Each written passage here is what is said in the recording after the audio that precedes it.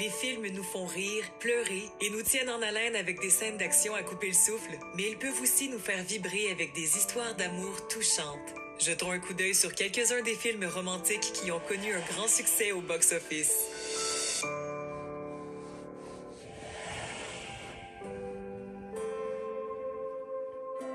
La saga cinématographique Twilight a immédiatement conquis le cœur de millions de personnes partout à travers le monde lorsque son premier volet, intitulé Twilight la fascination, est sorti sur grand écran en 2008. Mettant en vedette l'acteur britannique Robert Pattinson et l'actrice américaine Kristen Stewart, cette saga, qui suit l'histoire d'amour entre Bella et le mystérieux vampire Edward, a généré un énorme succès au box-office au fil de ses 5 chapitres, se distinguant comme une des séries les plus populaires de tous les temps.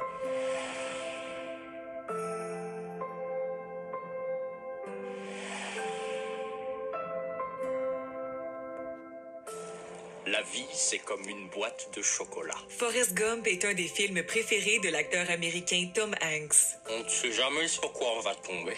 Cette adaptation cinématographique du roman de Winston Groom est aussi un des films romantiques les plus célèbres.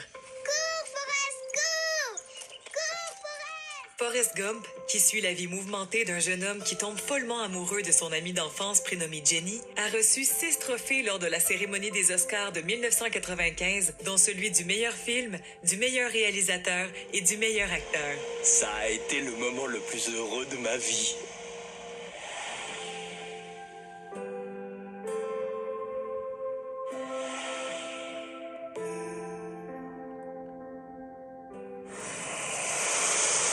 En 2018, les studios Disney ont produit Aladdin, un film d'aventure fantastique adapté du classique d'animation du même nom. Dirigé par Guy Ritchie, ce film raconte l'histoire de la princesse Jasmine qui s'éprend d'Aladin, un jeune homme de la rue habitant le royaume d'Agraba. À ce jour, Aladdin a généré des recettes de plus de 1 milliard de dollars au box-office, devenant ainsi le 15e film de Disney à atteindre cette somme.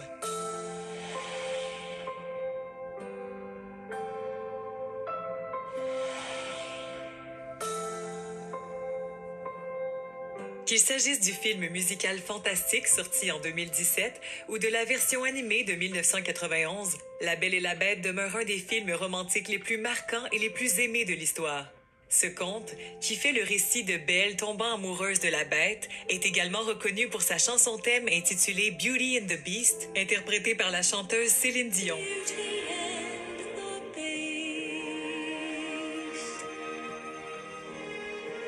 Cumulées, les 2 adaptations de La Belle et la Bête ont généré plus de 1,5 milliard de recettes.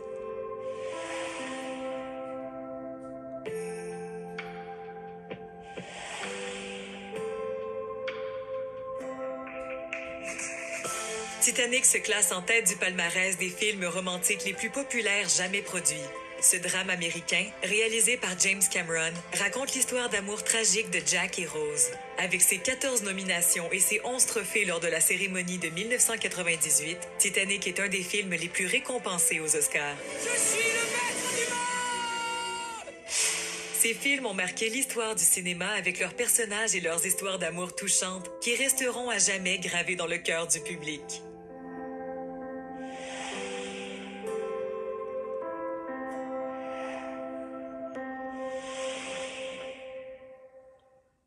Les acteurs et les actrices québécois sont connus et reconnus pour leur talent. Si certains d'entre eux font leur marque uniquement au Québec, d'autres traversent les frontières et s'illustrent à l'étranger.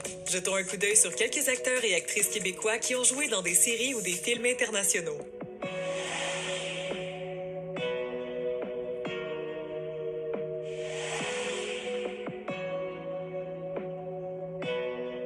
Caroline Davernas est une actrice québécoise qui fait fureur chez nous, mais aussi sur la scène internationale.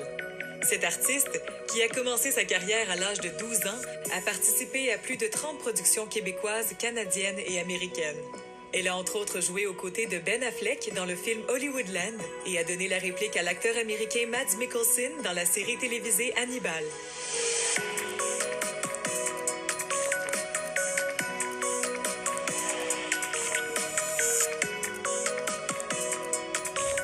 Karine Vanasse a fait sa première apparition télévisée à l'âge de 11 ans dans la série jeunesse Le Club des 100 watts. Après s'être distinguée dans des films tels que Séraphin, Un homme et son péché et Polytechnique, Karine Vanasse s'est fait connaître aux États-Unis dans les séries Vengeance et Paname, mettant également en vedette Christina Ricci et Margot Robbie.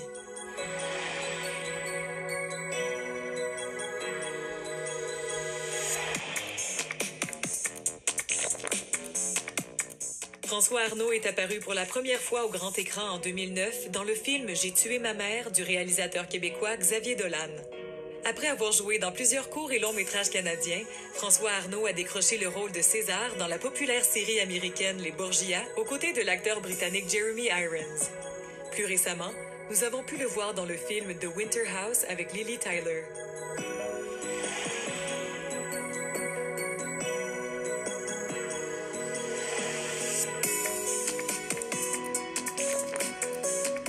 L'actrice Rachel Lefebvre est une autre vedette québécoise qui brille sur la scène internationale. Après avoir joué dans le film Confession d'un homme dangereux de George Clooney, Rachel a multiplié les apparitions dans les productions étrangères.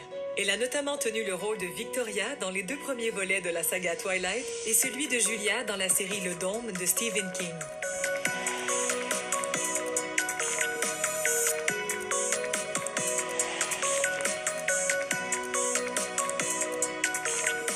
L'actrice québécoise Jessica Paré a été révélée au grand public en 1999 dans la série télévisée canadienne Le Loup-garou du campus. Elle a ensuite percé en France grâce à son personnage d'Éléonore dans la mini-série historique intitulée Napoléon.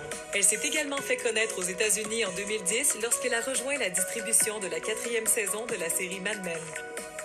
Les acteurs et les actrices que nous venons de voir ont plusieurs choses en commun. Ils sont talentueux et charismatiques et ils ont une carrière prolifique. Mais au-delà de leur personnalité et de leur succès, ces acteurs et ces actrices partagent une autre similitude. Ils sont québécois. Hey, salut! Allez, on va être en retard. OK? D'accord.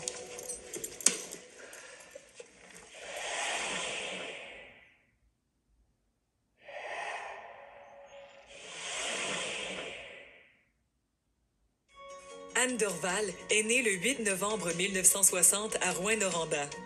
Depuis le début de sa carrière en 1985, cette actrice québécoise remarquable est apparue dans plus d'une vingtaine de séries télé et une dizaine de longs métrages. Voici quelques-uns de ses rôles les plus mémorables jusqu'à présent.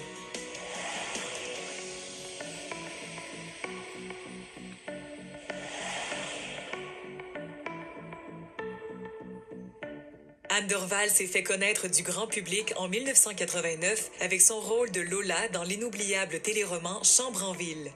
Scénarisé par Sylvie Payette, Chambre en ville s'est étalé sur 188 épisodes de 1989 à 1996.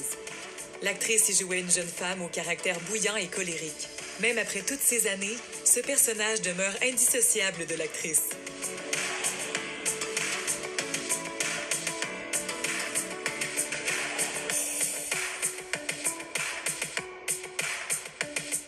Anne Dorval a fait rire le Québec en entier aux côtés de Marc Labrèche dans le feuilleton parodique Le cœur a ses raisons, diffusé de 2005 à 2007.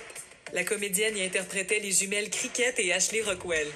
Ces rôles lui ont valu plusieurs prix, dont celui du meilleur premier rôle féminin dans une comédie lors de la cérémonie des prix Gémeaux en 2005 et en 2006.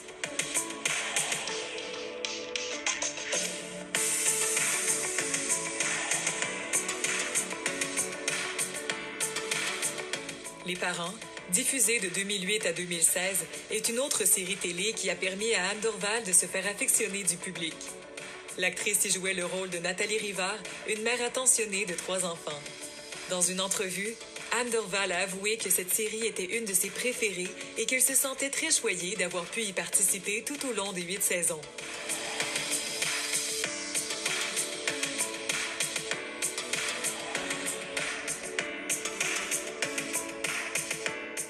Si elle a laissé sa marque à la télé, Anne Dorval s'est aussi illustrée au grand écran, notamment dans le film J'ai tué ma mère, écrit et réalisé par Xavier Dolan.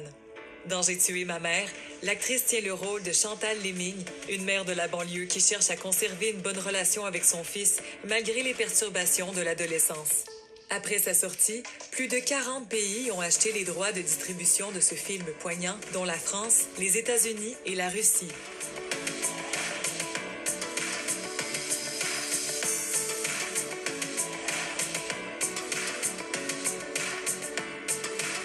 Anne Dorval s'est de nouveau associée à Xavier Dolan pour le tournage du film Mommy, sorti en 2014.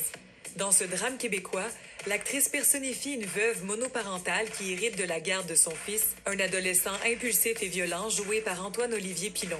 La performance remarquable d'Anne Dorval a retenu l'attention de plusieurs médias internationaux, dont les magazines Hollywood Reporter et Variety, qui l'ont vue comme une des meilleures actrices de l'année. Anne Dorval est une artiste prolifique et polyvalente qui figure parmi les meilleures actrices du Québec. Espérons que nous aurons la chance de la revoir bientôt à la télé ou au cinéma.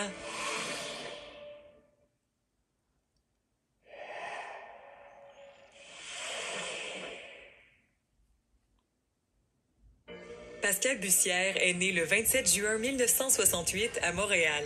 Au cours de sa carrière, qui s'étend sur plus de 30 ans, cette actrice a joué dans d'innombrables séries et longs métrages au Québec, au Canada anglais et à l'international.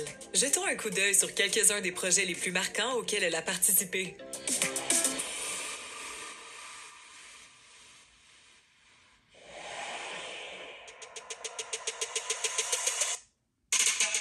Le drame psychologique La vie fantôme est un film important dans la carrière de Pascal Bussière.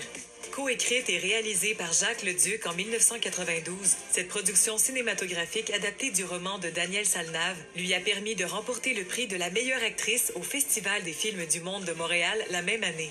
Cet honneur a été déterminant pour l'artiste, qui effectuait alors un retour au grand écran 10 ans après la sortie de Sonatine, son tout premier film.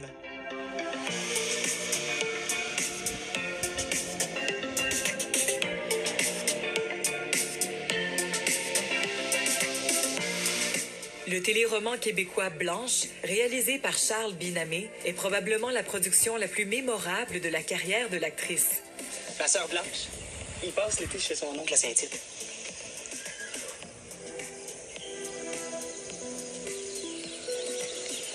Et? Hein? Cette suite du téléroman Les filles de Caleb, dont l'intrigue se déroule dans le Québec des années 1920 à 1930, a profondément marqué l'imaginaire collectif de notre province. La série Blanche a été couronnée de 7 prix Gémeaux lors de la cérémonie de 1994, dont meilleure série dramatique et meilleure réalisation. Je veux pas que tu partes.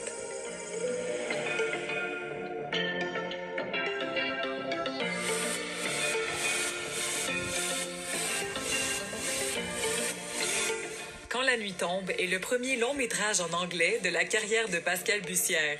Sorti en 1995, ce film raconte l'histoire d'amour de Camille, une professeure de mythologie interprétée par Pascal Bussière, et Petra, une jeune femme jouée par l'actrice torontoise Rachel Crawford. Quand la nuit tombe a ensuite permis à Pascal Bussière de percer dans le Canada anglais et aux États-Unis.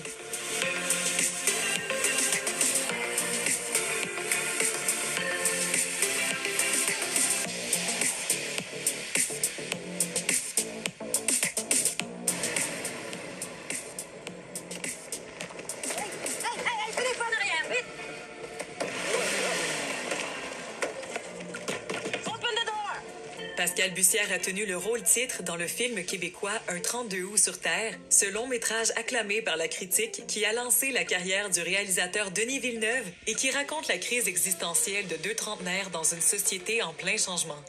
Sorti en 1998, Un 32 août sur Terre est considéré encore aujourd'hui comme faisant partie des films qui ont révolutionné le cinéma québécois dans les années 90.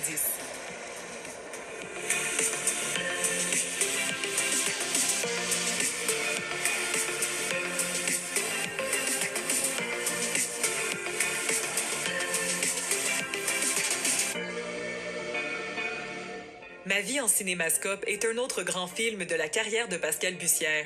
Ce long métrage, qui représente la vie tourmentée d'Alice Roby, la première chanteuse québécoise de renommée internationale, a remporté un vif succès dès sa sortie en salle. Pascal Bussière, qui incarne le rôle principal aux côtés de Serge Postigo, a reçu le prix Génie de la meilleure actrice pour son interprétation remarquable. Actrice prolifique, Pascal Bussière jouit d'un talent qui lui a permis d'incarner une gamme étonnante de personnages au grand écran, et elle n'a certainement pas fini de nous étonner.